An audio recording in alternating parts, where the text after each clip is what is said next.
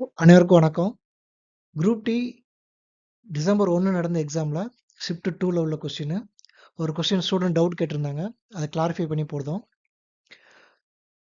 ஒரு மிக்சர் 1014 வீதம் 250 மிக்சருக்கான கட்டணத்தை தொடர்ச்சியான 30% மற்றும் 15% தள்ளுபடியுடன் கார்டு மூலம் பணம் செலுத்தும் போது கூடுதலாக 20% தள்ளுபடியும் செலுத்துவதற்கான கிரெடிட் கார்டு தொகை எவ்வளவு அப்படின்னு கேட்டிருக்காங்க. அதாவது என்ன சொல்றாங்கன்னா கொஸ்டின்ல 1014 ரூபா ஒரு மிக்சி. சரிதான், ஒரு மிக்சியோட ரேட்டு 1014 ரூபா. இப்போ என்ன பண்ணுறோம் அப்படின்னு பார்த்தீங்கன்னா, இந்த 1014 ரூபாயில் 250 மிக்சி வாங்குகிறோம். 1014 250. அதுக்கடுத்து ஃபஸ்ட்டு ஒரு 30% தள்ளுபடி. 30% போக தள்ளுபடி கொடுத்து 100ல் 30 போச்சுன்னா 70. 20% தள்ளுபடி கொடுத்தாச்சு. 20% ரிமைனிங் இருக்கும். அதே இது 15% தள்ளுபடி போக 85% தள்ளுபடி.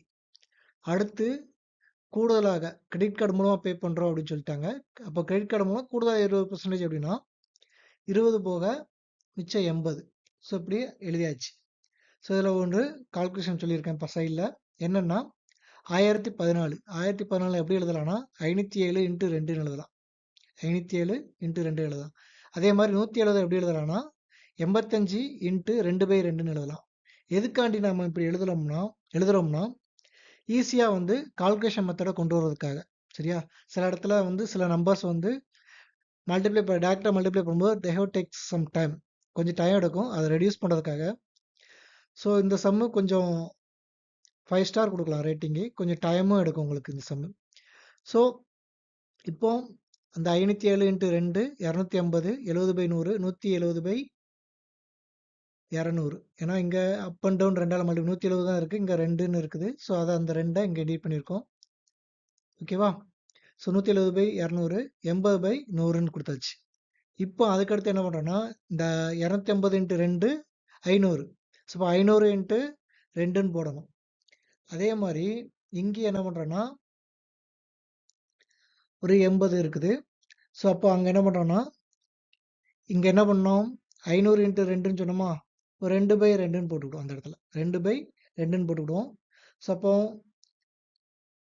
இந்த இடத்துல 2/2 இதை கன்சிடர் பண்ண வேண்டாம். 507 500 × 2/2 70/100 170/100. அடுத்து 80/100ன்னு இருக்குது. அதுக்கடுத்து இங்கே ஏன் 1/4 போட்டிருக்கேன் அப்படின்னா இங்கே ஒரு 2 இருக்குது. ஆல்ரெடி இங்கே ஒரு 200 இருந்துச்சு, அதில் ஒரு 2 இருக்குது அடிமானத்தில்.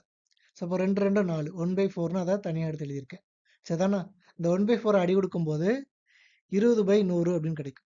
1/4 அடி கொடுக்கும்போது 20/100 அப்படின்னு கிடைக்கும். அடுத்ததில் இதுக்கு அடுத்த ஸ்டெப்பாக இப்போ என்ன சொல்லலாம்னா 500 × 2 எவ்வளோ வச்சு 1000. 507 70/100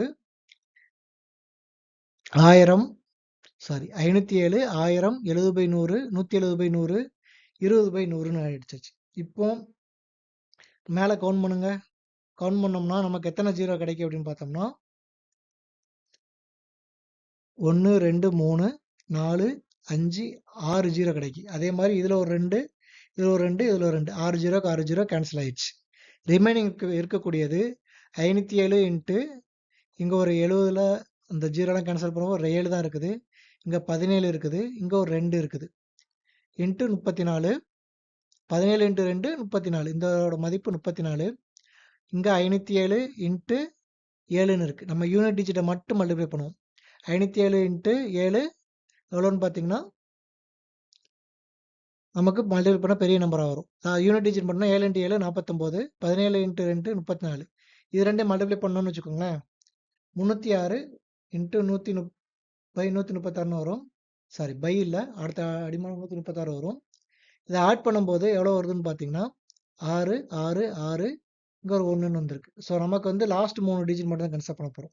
ஏன்னா இங்கே 500 கன்சிடர் பண்ணலை. லாஸ்ட் 3 டிஜிட்டில் 666 இருக்கக்கூடியது இந்த ஒரே ஒரு நம்பர் தான்.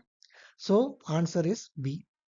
ஓகே, எனக்கு இப்படிலாம் வேணாம் சார், நான் வந்து டைரெக்டாக அடி கொடுத்து செய்கிறேன் அப்படின்னாலும் நீங்கள் செய்யலாம். அந்த மெத்தடும் கொஞ்சம் டைம் எடுக்கும், இதை விட கொஞ்சம் டைம் எடுக்கும். ஓகேவா? Thank you so much.